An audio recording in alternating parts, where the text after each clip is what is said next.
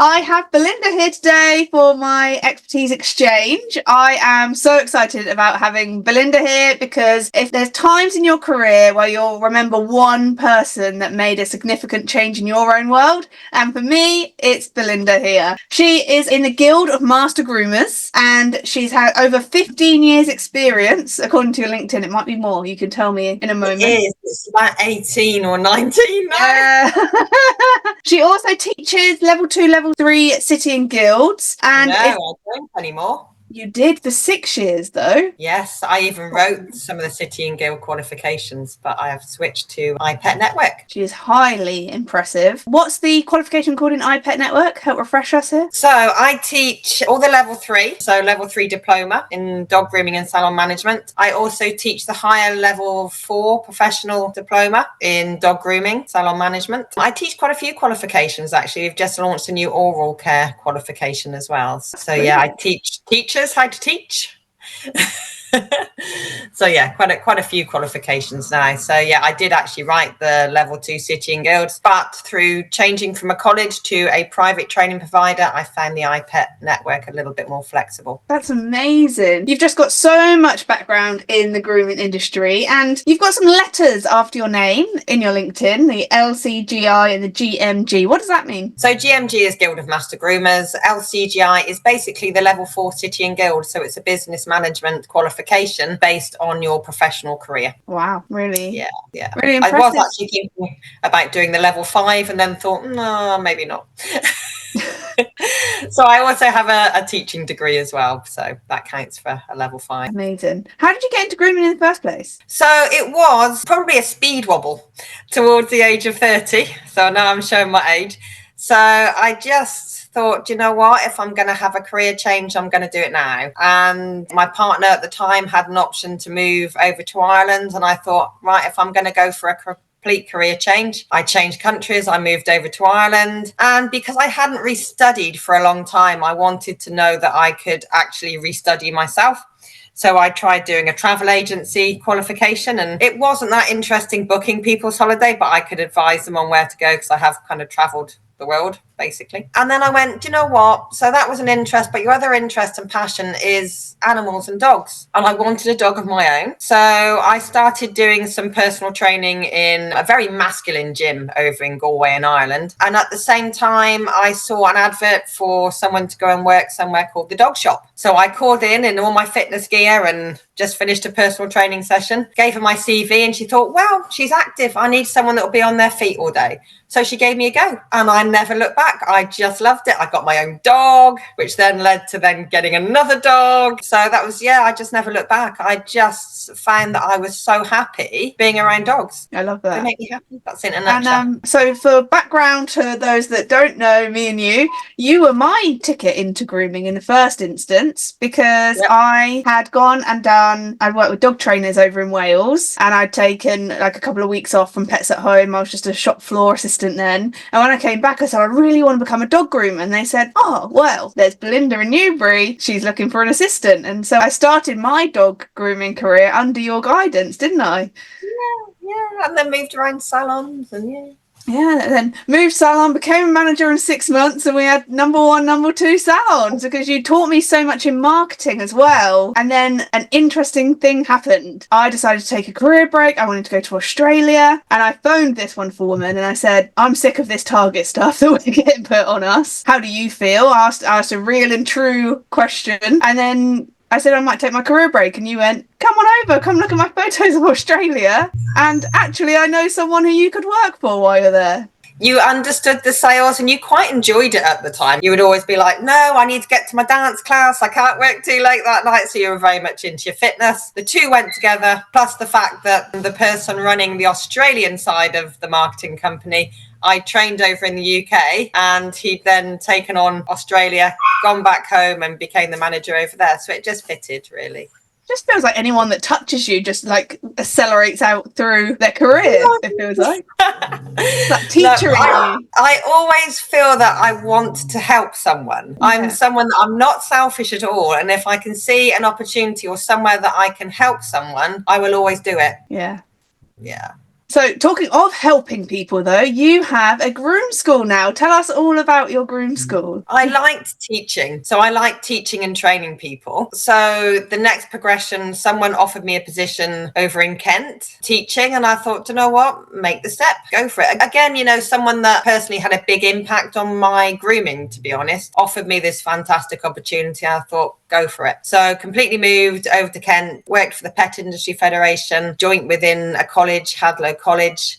And we first opened that with 14 students, grew it to about 100, opened a second site. And then realistically, yes, lockdown hit and things changed. And I realized that I wanted to move back towards family. So an opportunity came up and I thought, yes, we'll take it. We'll move back. I took another job in another college. Didn't quite work out there. There are good colleges and bad colleges. And then two people, that I met when I was looking to move gave me a wonderful opportunity and said, you know what, we'll open a school with you. They took a leap of faith. They didn't really know me that well. And then you do your research. So I spoke to someone that I trusted and she's like, well, you know what, they're really good business people. And I thought that's the side of things that I don't enjoy that much. I want to concentrate on teaching. So yeah, we found not the ideal premises, but it works, decked out to be a complete school. And now, I teach 4 students. Being in colleges where I was teaching 10, 12 students with an assistant as well, I'm teaching 4 and it's just me, myself and I. That's like really high quality ratios of learning as well for the students. Yeah. So I can concentrate a lot more on practical grooming. We do theory as well, but I kind of tend to drip feed theory in as we're doing practical. And then there's an online e-portfolio that students complete a lot of their theory work on as well. So it's just, I can start people off at different times. So I've had someone on day 1 today, another person on day 22, another person on day 23, and literally doing her last assessment. So they don't all have to start and finish at the same time. And it's just more flexible, realistically. A lot of people come into dog grooming through a career change and they have to work at the same time to be able to afford to do qualifications and get set up. So it's more flexible. Absolutely. Yeah. So on that note, obviously the dog grooming industry is not regulated at the moment. That's why we would love for it to be us qualified groomers. So why would someone choose to go and get properly trained in a facility like yours over doing an online course? Yeah, quite simply, I do think it's a lot to do with flexibility as well. So I look at options, go, right, a college is quite rigid. It's 1 day a week, that sort of thing. And I always tell people, if they're doing a qualification in dog grooming, getting a qualification doesn't make them the best groomer out there. That comes with experience. But what it does teach you, and there's not always right and wrongs within dog grooming, but there's safe and there's unsafe ways. So at least by doing a qualification, they're learning the safe ways of doing things. They can make the odd mistake as long as, the dog isn't particularly injured, but they can make the odd mistake and I can generally correct it or teach them how to correct it. So there's not always right or wrongs, but there are safe and unsafe ways. So at least we are teaching them how to do everything safely. And I also think through attending a school, we're not here to train dogs. Yeah, we're not. That's not our job. We're here to get them groomed. So instead of training them, we're trying to gain their cooperation and compliance to do things like nails and feet and the whole clipping, the whole hair drying thing. So students learn ways of handling dogs. They learn to understand the different breeds and their different behavior traits. The kennel club groups, why is that dog doing that? Because it's a hound. Hounds are, it's a scent hound. They're going to follow the nose. So if you want it to do something, put something in front of them that's going to occupy them. Yeah, other dogs, terriers that are a little bit naughty sometimes, because not terriers like, you might want to terriers. Yeah, you might want to dangle like a rope toy in front of them so they can drag on it and rag on it at the same time as being groomed, and that's keeping them comfortable and happy. So generally speaking, coming to a training facility, as long as you've got a teacher that's got all the experience behind them, which you absolutely do,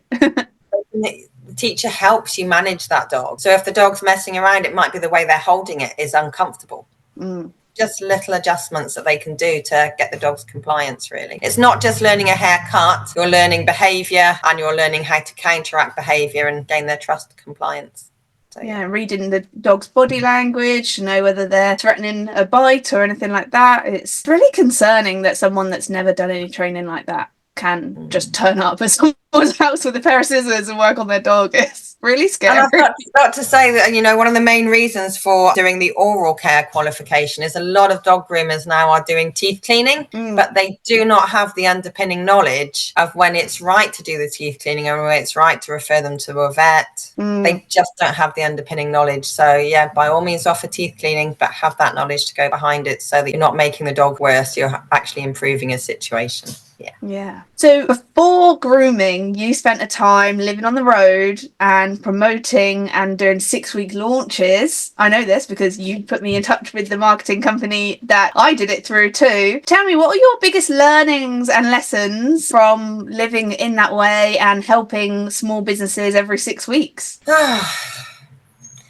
Oh gosh, I can't think. Generally speaking, it was always be productive, always be productive, always be productive. Anyone that knows me knows I don't sit down for 2 seconds. So I'm always busy. I'm always thinking what else I could do, how I could work around something, what else I can add. So always being busy, always being productive, and learning to listen so you can help someone. So definitely a lot more listening to be able to help someone, and just different ways of understanding different personalities. You meet so many people that you have to adapt your personality to adapt to theirs, if that makes sense. So, and I love the fact that everyone in this world is different. So I adapt my teaching methods to the type of student I've got, realistically. I love that. And just from your worldly experience and canine business experience in particular, if someone was starting out in business, it doesn't necessarily have to be a dog groomer, it could be a dog trainer, it could be a vet physio. What would be your kind of top tips for them? Top tips: work smarter rather than harder. So by that, within dog grooming, if you want to go back to dog grooming, that's about, maybe not having X amount of dogs coming through the door, because that can be crazy and chaotic. It might be, instead of doing that, offer nutritional advice or offer teeth cleaning. So you're doing more for one particular customer. Like add-on services in particular. Yeah. And don't ever stop learning, because if you stop training yourself and you stop learning and you stop doing qualifications, you get bored, you get stale in your job, everything becomes routine. So never stop learning. Always keep pushing yourself to learn new things and add more to a business, and keep thinking about how you can develop it. Yeah. If you're not growing, you're dying, says Tony Robbins. Yes. And, don't see other businesses as competition. They're your friends. Yes. Make friends with them. That way you're never going to feel isolated and alone. They can offer you advice on something, you can return it with advice on something else. But other dog groomers in the area aren't competition. They're really not. We need to work together. There's more than enough dogs to go around. Yes. And literally, I just think you have a happier business life if you work alongside other business owners. There's always going to be someone that's been in a position before that can help you or give you advice. And it's just a nicer way to work, realistically. Absolutely. Nailed it. I am with you on every aspect, particularly growing, being around people and a network that can support you and lift you up, or you don't know who they know that could then make a massive impact in your world. Totally. Yeah. And I always tell my students they are always welcome back. They can always pick up the phone. There might be a dog that they just can't work out, but a fresh pair of eyes can look at it and go like, okay, do this, this and this. See if the dog responds. So never ever feel that the students, I don't just give them the qualification and go, there you go, all yours. They're always welcome back. Always welcome back, definitely. I love that. So how can people find out about the Four Paws Grooming School if they're interested? They can have a look on the website. Actually, not long ago, just revamped our website, and they can find me on Facebook. We have Instagram as well. I don't deal with that side of things that much, but my business partners do with the whole website and Facebook, Instagram. I put the odd few posts on, but yeah. And that's great as well, isn't it? Because you highlighted it yourself that that's just not your thing. Like the business side wasn't what lit you up. Yours was, how can I serve dogs? How can I serve the people that look after dogs? So you're a great example of someone that's outsourced the stuff that's not their genius zone. Yeah. And it works, doesn't it? Yeah, I've never been happier. I say it took a bit of a leap to go like, right, I need to move back from Kent to come back here. And I say I took a job that I thought was great at the time. It wasn't. So kind of come full circle, lots of ups and downs, moving house. I got a dog at the same time as moving house, and I had an older dog. So younger dog, older dog, moving house, changing jobs. I seem to do overload. Everything all at once. I'm going to do it. Now I've got 3 dogs, and one of them is a puppy from one that I had. So yeah, love it. Dogs make me happy. They are gorgeous, your dogs, as well. Time is precious, and I always really appreciate taking the time to sit down and be able to do this with you. Thank you from the bottom of my heart personally for the impact you've made in my world, and it was such a pleasure to reconnect with you at Crufts. Another great example of why you should show up, even when you can't be bothered sometimes. You know, for me, taking time out from family to get to Crufts, I was like, should I? And I absolutely should have, because it meant that I got to reconnect with you. You were at Crufts, weren't you? How was that experience from a Stanhold point of view? It's really busy, but I actually see it as annual leave because I enjoy it so much. I get to see all the different breeds of dogs. But the main thing for me is seeing people that I might have taught 8 years ago coming back and they're still enjoying dog grooming. Yeah, seeing ex-students that I haven't seen for ages and seeing what they're doing now and seeing their progression, you know, where they might have been in one particular job that was making them really unhappy. They've taken that leap. They did the qualification. They set up their own business from home. Just to see the difference in someone a few years later and they're still continuing, and then they come back and do other qualifications with me as well. It's really lovely. Yeah. I can tell you love it. Yeah, there is no other career. And when I actually thought about, maybe I had quite a few salon management options come up. And when I thought about coming out of teaching, I thought, no, I love that side of it as well. I don't want to go back to being a manager. No, I want to manage myself. And enjoy teaching. Sometimes it can be, you think it's not so rewarding being a teacher. You know, some students will struggle more than others. But at the end of the day, when you see them come through the other side, it is rewarding. And you see them a few years later at Crufts, still doing dog grooming, loving it. Very rewarding. Yeah. That's wicked. And sometimes the teacher learns the most. Oh, yes. It'll be ahead of the game. Yeah. Oh, well, I loved this. Thank you so much, Belinda. No problem. And I can't wait to speak to you again soon. Yeah, we'll keep in touch. Absolutely. Catch you there. For now. See you later.